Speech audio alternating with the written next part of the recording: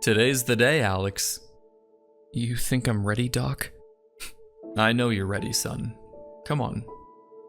I don't know if I can trust myself out there, Doc. What if I'm terrified of... God, I'm still insane. You're not insane, my boy. You're human. One that has experienced far more trauma than any should. And as humans, we manifest our own unique ways to cope with excess stress. Yours, of course, being vivid avian hallucinations. I know this. I know. You're a smart boy. You've heard all this already. But it's important that in our darkest moments we remind ourselves of what we know to remain calm. And what do we know, Alex? That I'm strong, yes. That I am in control, yes. And that there's no such thing as giant omnipotent bird demigods. You're ready. Susan, help Alex check out, would you? Thank you for everything. You did all the work, Alex. I just handed you a wrench. I'll see you again soon for our checkups, alright? Right, of course. Alright, honey, I'll just need you to sign right here. Sure thing. $123,000! Is this right? You needed a lot of help. A lot of help that your insurance deemed non-essential. No, this can't be right. Surely there are some discounts for extended stays, or fees that can be waived, or perhaps some charges that can be forgiven. That's quite a bit of medical debt you got there, Alex. No, the pills! Give me the pills! Oh, how I've missed you, buddy. You can't be here! You're not supposed to be here! I'd miss my good old pal's release day from the psych ward. I would never. And good thing I didn't, because that's a pretty penny you owe there, Alex. But hey, while 123K sounds like a lot, Coca-Cola makes that much every 1 minute and 25 seconds. Cool! I don't own Coca-Cola! No, but you do own Alexi-Cola. LLC. No more adventures. Can I just do some kind of payment plan? We also accept payment in the form of organs and/or firstborn children. I own the hospital, Alex. Just kill me. Later. But first, we're gonna dive into the propaganda-driven, diabetes-given, controversy-ridden history of the soft drink business to teach you how to run a soda company.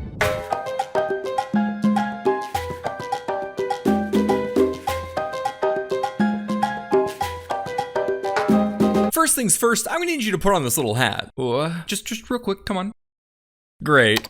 What happened? Why do I smell purple? Don't worry about it. Say, Alex, do you remember your mother's name? Of course I do. It's...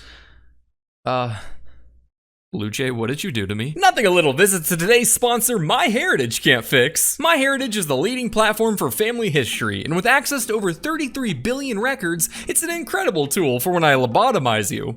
Which I will. MyHeritage lets you uncover long-lost ancestors, build your family tree, and learn family facts you never knew before, making it perfect for impressing everyone at family gatherings. Hey Grandma, did you know Great Aunt Betty was a renowned cobbler? Oh, how wonderful. I never knew that, Billy. Yeah, and she also smuggled PCP for the Latvian Mafia and is believed to have remaining stashes amongst her relatives. Oh dear. FBI, don't move! I'll be honest, I wasn't expecting all that much at first. Seeing the Ellis Island immigration documents for my Italian family was cool, but as a history nerd, I've always been able to find that kind of stuff on my own. It wasn't until I started filling out my family tree on my mom's side that I was blown away by how much info MyHeritage was able to dig up with their instant discovery feature. In just a couple of minutes, it was able to show me my great-great-great-great-great-great-great-great-great-great-grandfather, Robert Alcox, born a whole 15 generations back in England in 1516. And in that same lineage, I found a relative who was one of the first inhabitants of the Plymouth colony in the 1600s, which was so cool that I temporarily overcame my depression from discovering that I have some English in me. MyHeritage can also enhance, colorize, and do neat little animations with the family photos it digs up from your past. Just check out all these studs in their 4K glory. So if you too want to uncover your family story, MyHeritage is offering you a 14-day free trial. Just click my link in the description or pinned comment below to get started. Thank you, MyHeritage, for sponsoring the video. The first step to starting any great soda company is crafting the perfect recipe. Just as Picasso first needs his spark of passion before putting brush to canvas, so too does an aspiring soda entrepreneur first need his inspiration. Any back alley addlepay can chuck a bunch of chemicals and fluids in a rusty jug of water and call it a soda. That's how we get ginger ale after all. But only a true artist can concoct a recipe that decisively takes off, encapsulating society in a glycogenic fervor that shapes the face of culture for generations. Take John Stith Pemberton, a wounded Confederate Civil War veteran who sought to cure his post-war morphine addiction by experimenting with various painkiller and toxin cocktails. A sentence that is littered with perhaps the most red flags I've ever seen. Like many an artist, Pemberton was inspired by another person's work, a French drink called Vin Mariani that he found to miraculously help with his morphine addiction. Which makes sense because he was drinking cocaine. Coined a coca wine due to the drink's ingredients being just coke and wine, Vin Mariani was touted as a patent medicine and came off the heels of the booming popularity of coca leaves and all their lovely brain tickles. Having found a magical alternative to the morphine and heroin-based concoctions on the market, our little Confederate was determined to sell some coca wine of his own. I'm telling ya, this is gonna be huge. All I need is one of them patents. Well, that's the thing, John. The point of a patent is that you can't just sell the same thing another person made. Oh, come on. The French aren't people. They most certainly are. Really? Yes. Oh. Well, it's not the same thing. It's not. No. Holy shit. To give it a little character of its own, Pemberton took this devil's dandruff cocktail and chucked in a few cola nuts for caffeine, calling it Pemberton's French Wine Coca, a quote, great and sure remedy for all nervous disorders. And he meant all of them, whether it was nerves in the brain or nerves in the bed, Pemberton's French Wine Coca was sure to set not only your mind straight, but your cock as well. Now, did he come to these conclusions after rigorous experimentation and the application of the scientific method? No, but he didn't need to waste time on petty cocaine research. Why, the famous Sigmund Freud made such claims himself. And when was he ever wrong or sexually attracted to his mom? So you're telling me, wait, what was that last part? No time for that. Okay, so you're telling me that they just let adults get blasted off coke wine? No, of course not. The children could too, but don't worry, they were only recommended half the dose, and no one had a problem with this. Actually, Alex, some people did. In fact, coca wines were banned in Atlanta shortly after Pemberton's debut. Oh, thank God. As you should. After all, only sinners drink alcohol. So after Atlanta passed prohibition in 1885, Pemberton swapped out the problematic alcohol for a boatload of sugar and called it Coca-Cola. Cola for the cola nut extract, and coca for the fact that it still very much so contained cocaine.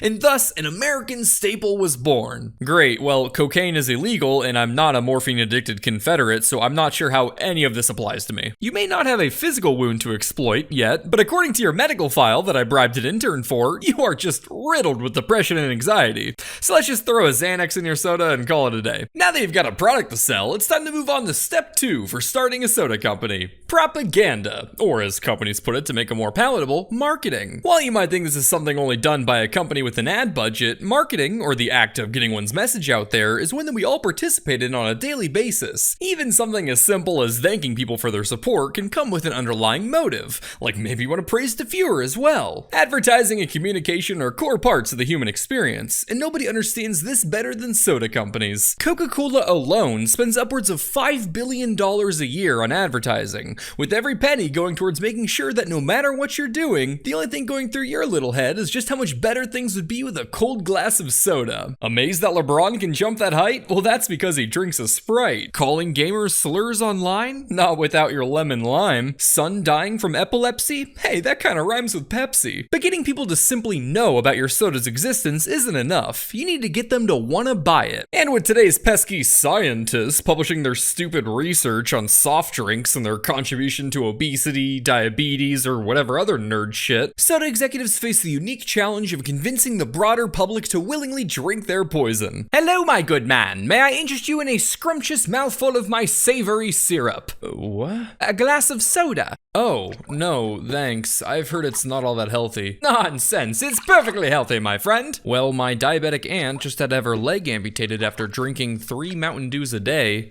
But have you considered that maybe it just did that? Her leg just did that. Yeah, I mean...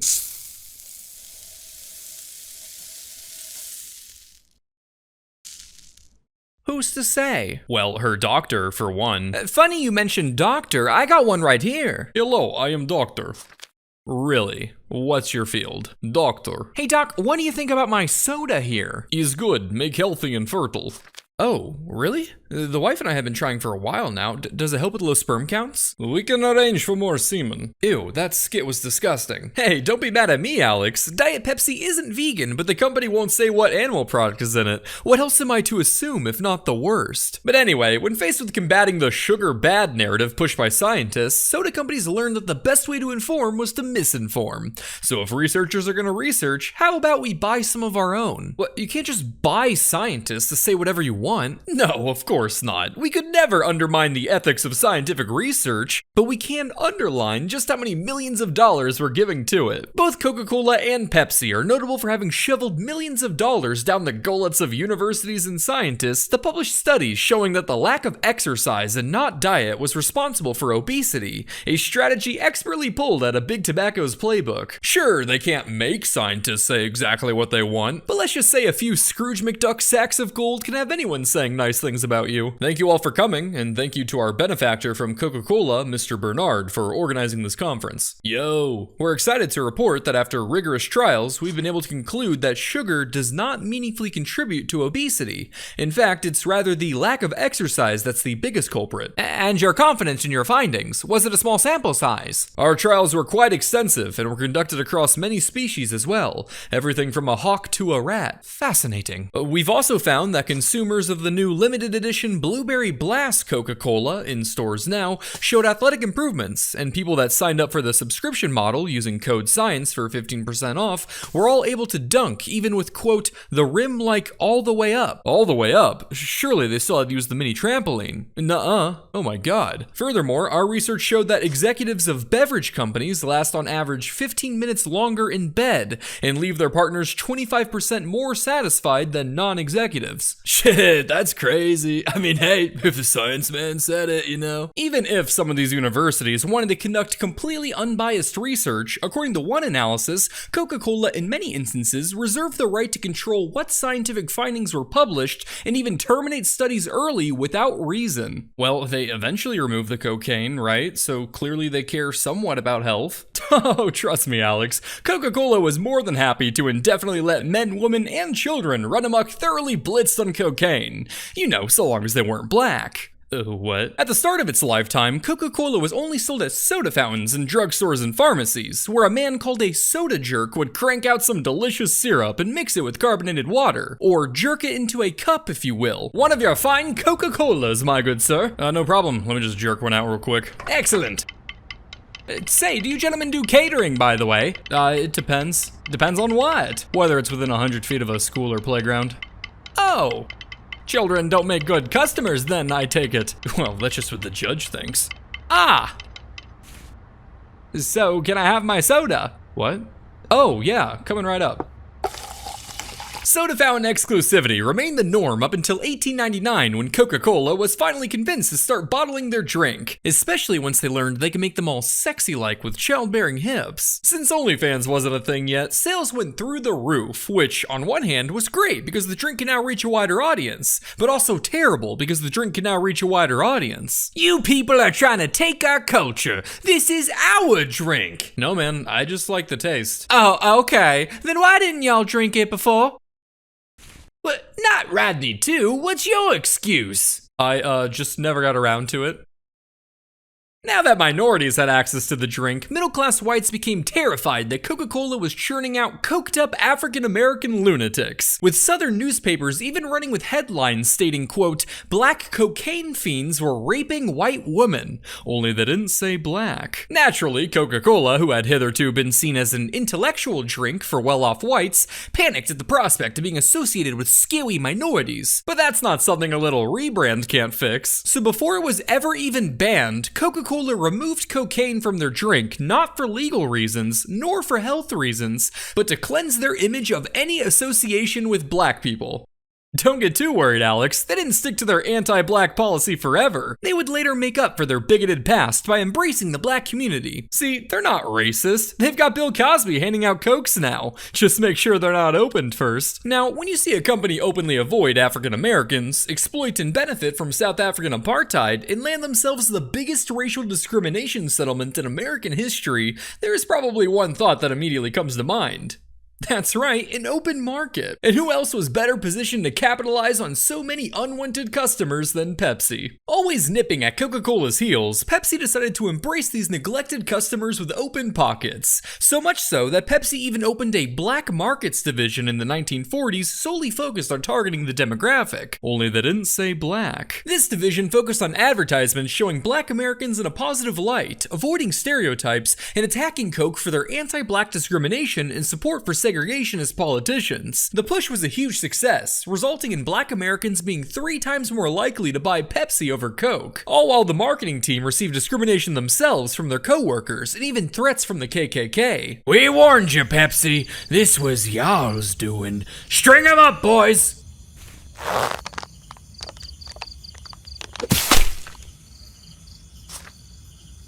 Wait. Demography-targeted advertising wasn't exclusive to race, however. Mountain Dew, for example, got its start making fun of poor Appalachians with the subtle mascot, Willie the Hillbilly, promoting the soda with his titular catchphrase, Mountain Dew, it'll tickle your innards. What the hell does that mean? Who knows? Perhaps it's a whimsical way of pointing out that your bloodstream will never have more glucose in it. Or maybe it was just more catchy than, it'll destroy your tooth enamel and skyrocket diabetes statistics. But either way, it sure is an interesting choice of words when talking about the people known for incest. That's disgusting. Well, it seems they thought so too, but that's not something a little rebrand can't fix. So they soon replaced it with, get that barefoot feeling drinking Mountain Dew. Ugh, and that's supposed to be better?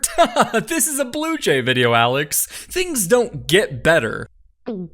While marketing is important, you won't always have control over your soda's narrative, so part of the propaganda biz is battling misinformation. But you just showed how Big Soda literally peddles misinformation. You're a corporation in the 21st century, Alex. Misinformation is whatever you want it to be. But regardless, there are times where these companies have been faced with actual falsehoods, some of which you may have heard yourself. Take, for example, the urban legend that claims a disgruntled Pepsi employee infected batches of the soda with his own HIV-contaminated blood. It's a tale that's made the rounds multiple times over the past few decades. It even got to the point where the CDC themselves released a statement to debunk the rumor. No, there's absolutely no merit to the story. Of all the bodily fluids we've analyzed in Diet Pepsi, none contained any trace of HIV. Bodily fluids? Plural?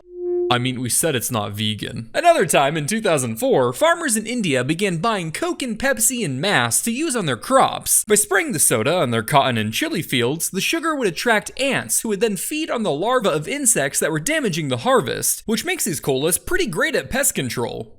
Almost like a pesticide. Which is not a word you want associated with your beverage. Hey, can you pass me the pesticide? Yeah, here. No. Tell me you've not been using this. Of course I've been using the pesticide. No, Oddvic, this is Red Bull. Do you have any idea what you've done? No! Rumors spread throughout the region that Pepsi and Coca-Cola were pesticides, requiring the companies to put in a lot of work to dispel these narratives. So it wasn't all that helpful when a 2006 investigation showed that both sodas had, quote, unacceptably high levels of pesticide, resulting in a ban. The Indian government would later say that these tests were flawed, but rumors are kind of like homeless people. They always stick around where you don't want them, no matter how much you try to extinguish them. Misinformation can also be spread in the form of frivolous lawsuits. Such was the case in 2009 when a man sued Pepsi for finding a whole dead mouse in his can of Mountain Dew. Now, whether or not this was actually true or just some Tom and Jerry shenanigans of the soda factory isn't important. What's really important is deciding how to respond to this legal attack. And if we just take a look at our fancy decision generator here, Pepsi could either A, quietly settle the matter outside of court to avoid media attention, B, make arguments about the quality of their safety standards throughout their facilities, or C, utilize experts to scientifically prove that a mouse couldn't possibly have been found in the soda, as the acidic concoction would have dissolved the body into a, quote, jelly-like substance in a matter of 30 days. No way they publicly said jelly-like substance. Of course not, Alex. They actually said more than that, adding, quote, "By 30 days of exposure to the fluid, all of the mouse's structures will have disintegrated to the point the structures, excepting possibly a portion of the tail, will not be recognizable." Really adding some colorful imagery to the soda that sports the catchphrase, "It'll tickle your innards." Pepsi would continue to bring in experts to present arguments that Mountain Dew was actually more corrosive than your average soda, and while that might have been helpful from a legal standpoint, arguing that your soda, which already looks like toxic waste, is strong enough to dissolve cute animal corpses doesn't necessarily bode well for the marketing department. Thankfully, to my knowledge, Pepsi's experts didn't provide an experimental study for the court, but that didn't stop the internet's experts from conducting experiments of their own. I'll link to one such video in the description, and I do mean from the most sincere pits of my cold, dead, wretched heart to truly watch at your own risk. But hey, if Pepsi ever wants to truly embrace their hillbilly origins and release Mountain Dew Rat Float, at least they have a recipe up their sleeve. Or maybe that's just how they make Code Red. But how about we take a quick break from marketing to talk about another vital sector of the soda business, scaling and product improvement. To meet your new demand, you're going to need to increase your production, and to keep that demand growing, you're going to need to improve your products. Now, seeing this self-fulfilling cycle, you're probably wondering, when does one become satisfied with their product and level of demand? But now you're already making your first mistake, as the only question that should be on your mind is how to increase shareholder value. In 1996, unionists for a Coca-Cola bottling plant in Colombia were working hard lobbying to improve the wages and living conditions of the workers. Now, you have a business to operate and profits to populate, so when faced with this crisis, how would you retaliate? That's right, Alex. Why increase a wage that you have to pay every single week when bullets are a one-time fee? So the Coke plant sent a Colombian death squad to kill union leader Isidro Gil, burn down the union hall, and force the workers to resign at gunpoint. Now that's thinking with shareholder value. This marked the 8th trade union leader to be assassinated by Colombian death squads at Coke facilities, igniting the Stop Killer Coke campaign that saw schools and universities terminating their contracts with the soda company. But that's not something a little rebrand can't fix. So Coke went balls to the wall cleaning their image, scrubbing search engines and websites of any mention of the activist campaign, and pushing the results of a flawed UN investigation that notably only analyzed current working conditions of the bottling plants. You know, after all the death squatting. Wow, I mean, everything looks great. I think we're done here. Oh yeah, wait, what's behind this door? Renovations. I see. And what about this double-tapped gentleman right here? Technically, he died yesterday. Excellent, excellent. Sir, we need to report this. Daniel, read the top of your form for me. Inspection of current working conditions. Exactly. Now tell me, is this deceased gentleman currently bleeding out? No. So do we report this? No, sir. No, we do not. However, your attitude is currently affecting my working conditions, so we will be reporting this to HR. The events would also spark an international lawsuit against Coca-Cola for their responsibility in the kidnapping, torture, and murder of union activists in Colombia. After which, the hitman fired 10 shots into Mr. Gill's heart, groin, and head, killing him on the spot. And does the defense have an argument? Yes, Your Honor. Has the court considered that maybe his head just did that? Coke would end up winning the case due to a lack of evidence, and both they and the bottling plant would forever deny any connections with the Colombian death squads. So I guess they killed unionists, forced workers to resign, and even murdered the widow of Isidro Gil, who continued to protest her husband's death, leaving their 2 children orphaned because they felt like it. I mean, obviously that can't all be a coincidence. How can they possibly treat these people this way? Hey, when you're outside the US, you can get away with a lot with those who you don't view as people. And inside the US, the same can be said with those who literally aren't people. Animal testing has been a hot button issue since as far back as the 1800s, with corporations and scientists alike selecting, injecting, and dissecting practically every one of God's creations. And Coca-Cola, ever seeking the perfection of their craft, decided why not try their hand at this animal testing strat. But where a cosmetic company might test their lipstick on a rabbit to examine skin sensitivity, how might Coca-Cola test their soda on a chimp to examine sweetness reception? Okay, hear me out. Coca-Cola decided that the optimal way to test sweetness was to take a chimpanzee, cut open its face, and study the nerve impulses that are used in the perception of sweet tastes. Now, is it ethical to skin animal faces Hannibal Lecter style to find out if their soda is finger-looking good? That's right, it doesn't matter, as the integrity of the primate's face has no impact on shareholder value. But regardless, public pressure resulted in Coca-Cola pledging to cease all unnecessary animal testing in 2007. But they still have employees. A little bitter. You could just ask me. John, please sedate the monkey. As you can see, by following the gods of profit, the world is your oyster, Alex. Sure, your manufacturing might decimate local water supplies for impoverished communities, but making sure people have water doesn't increase shareholder value. Selling it back to them in a bottle does. This feels more and more like Nazi Germany shit. Alex, how dare you besmirch the good name of Coke? Calling the delicious bottled freedom that is Coca-Cola a Nazi brand is completely uncalled for. That would be Fanta. Now that you've got your production scaling to greater and greater outputs, so too must you market at an ever-growing scale. And sure, this can easily be done with stuff like stadium advertising, product placement, releasing iPhone apps that objectify women and teach pickup lines to help you get laid, etc. But nothing quite scratches the fun itch like sweepstakes. Do you ever watch Charlie and the Chocolate Factory while slurping down a cola and wish that you too could find yourself a golden ticket amongst the caramely syrup slithering its way into your mouth? Well, apparently some freak at Coca-Cola did, as this was essentially the premise for the Magican promotion in 1990. A Magican was a disguised Coke can, but instead of containing diabetes juice, it was stuffed with a spring-loaded mechanism that popped out a cash prize or coupon. However, to make sure their secret Magicans not only looked, but also felt like a can of Coke, they needed to partially fill them with some kind of liquid. So what liquid did Coca-Cola decide to put in their Coca-Cola promotional can disguised to look like Coca-Cola? That's right, chlorinated water. This liquid was put in a sealed area of the can, but just in case it leaked, they added a foul-smelling chemical to the water to ensure people didn't drink it. As if the Go-Go Gadget money dispenser in your face wasn't enough. I'm sure you can see where this is going, Alex. They drank the liquid? They drank the liquid, yes. Tons of these Magicans were plagued with technical difficulties, ranging from mechanism jams to faulty seals. This resulted in soggy Benjamins, people drinking them, and one kid even going to the hospital after drinking the no-no water. Terrified of making their customers unhappy, but more importantly, of any bad publicity or lawsuits, Coke immediately pushed a big advertisement campaign with the headline, "Take a Good Look," warning people that some cans were faulty and not to drink any fluids they found in their money-stuffed Magicans. Yeah, we get pretty busy, so honestly, when I really have to go, I just use one of the cans and store them down here for later. Mike, did you see any cans down here? Oh, the Mountain Dew? I put on belt. No, this is a Coke facility, Mike. Oh my god.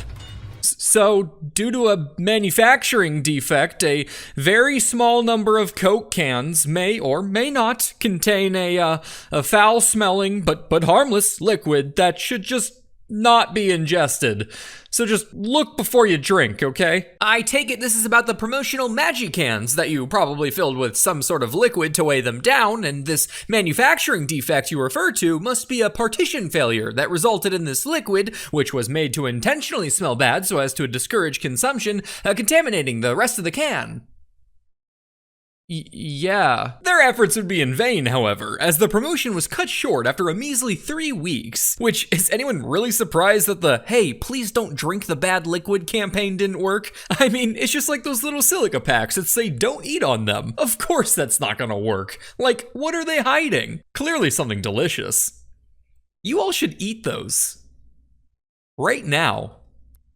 I mean it. Pause the video and go into your parents' room this instant and dig through their dresser. Pepsi also ran a promotion in 1990 called Cool Cans, where instead of whimsical and convoluted spring contraptions, they just wrote codes at the bottom of the cans. However, even Pepsi wouldn't be safe from the controversy bug, as apparently if you stacked 2 of these cans on top of each other in just the right way, the word sex would appear and shock the delicate hearts of proper God-fearing Christians across America. While being one of the stupidest controversies I've ever heard, imagining the worst case scenario for some parent genuinely outraged at this obscure coincidence is very funny to me. Another, mommy, another. All right, sweetie, but this is your last one. Yeah. Mother, what is the meaning of this text? Are these glyphs vulgar?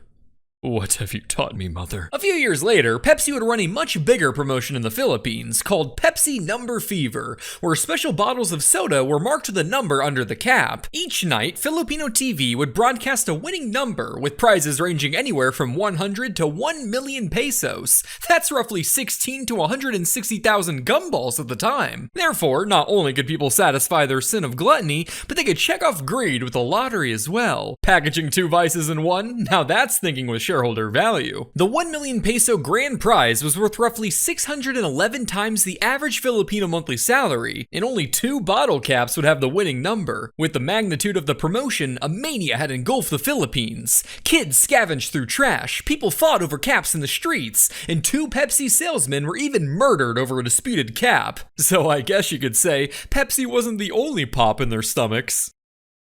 Get it? Like a gun? No, I got it. It just wasn't a good joke. Yeah, well, you know, they can't all be bangers. Just tell the story. Right. But everything would change on the evening of May 25th, where a whopping 70% of the entire country's population tuned into the evening news when the magical grand prize number was read 349. Somewhere in the Philippines, 2 people's lives were changed forever. Filled with the ecstasy of world-altering luck, the 2 winners rushed out their doors and were shocked to bump into each other just outside. What were the odds that not only were these 2 people winners, but next-door neighbors as well? In fact, what were the odds that a third winning neighbor rushed outside too? And a fourth? And a fifth? And turns out 800,000 people had the winning number, with an estimated cumulative value of their caps being worth a staggering 32 billion US dollars. Obviously, this wasn't supposed to happen. Apparently, a computer glitch coupled with an extension of the promotion resulted in 800,000 additional caps being printed with the number 349, which they, I guess, forgot was already going to be a winning number. Oops, silly mistake. Better tell that to the hundreds of thousands of Filipinos storming the bottling plant for their money. Even though Pepsi tried to retroactively change the winning number, the clusterfuck of this lottery was only just beginning. They decided to give the people with the 349 number 500 pesos as a gesture of goodwill, but going from winning enough money to buy a Corvette to barely enough to afford one in GTA understandably still had people pissed. Protests erupted around factories. Pepsi trucks going to and from were flanked by armed guards. Stones were thrown at Pepsi managers. Bomb threats were made. Death threats were gave. Trucks were overturned, stoned, and burned. Chaos and lawsuits ensued long after the incident, but it took a year for the peak of the violence to occur. In one incident, an improvised explosive was thrown at a Pepsi truck, killing a 5-year-old and school teacher. In another instance, a grenade was thrown into a warehouse, killing 3 Pepsi employees. After what some say was the biggest marketing disaster in history, Pepsi's market share plummeted, trust in the brand was destroyed, but most importantly, millions of dollars was lost. And some people died. So, Alex, after what you've learned here, and from all your lessons before, how would you address this crisis? Wow, I mean, I suppose the best thing to do here would be to admit fault and bite the bullet. We probably couldn't afford paying all the winnings, but maybe we can apologize, invest in community infrastructure, and compensate families for losses and damage.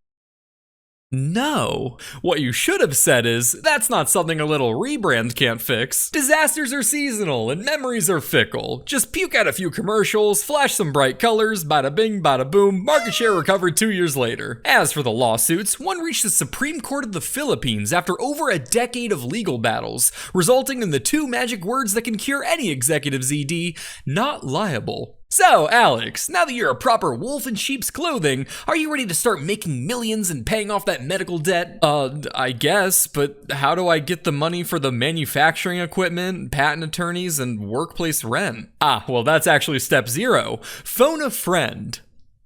For money. Well, I guess I could reach out to my dad. Uh-oh, looks like you still need to claim that 14-day free trial for MyHeritage by clicking the link in the description. Discover more about your family history today. Blue-Jay, I seriously need to know what you did to me. I can't remember my mother's face. Am I dying?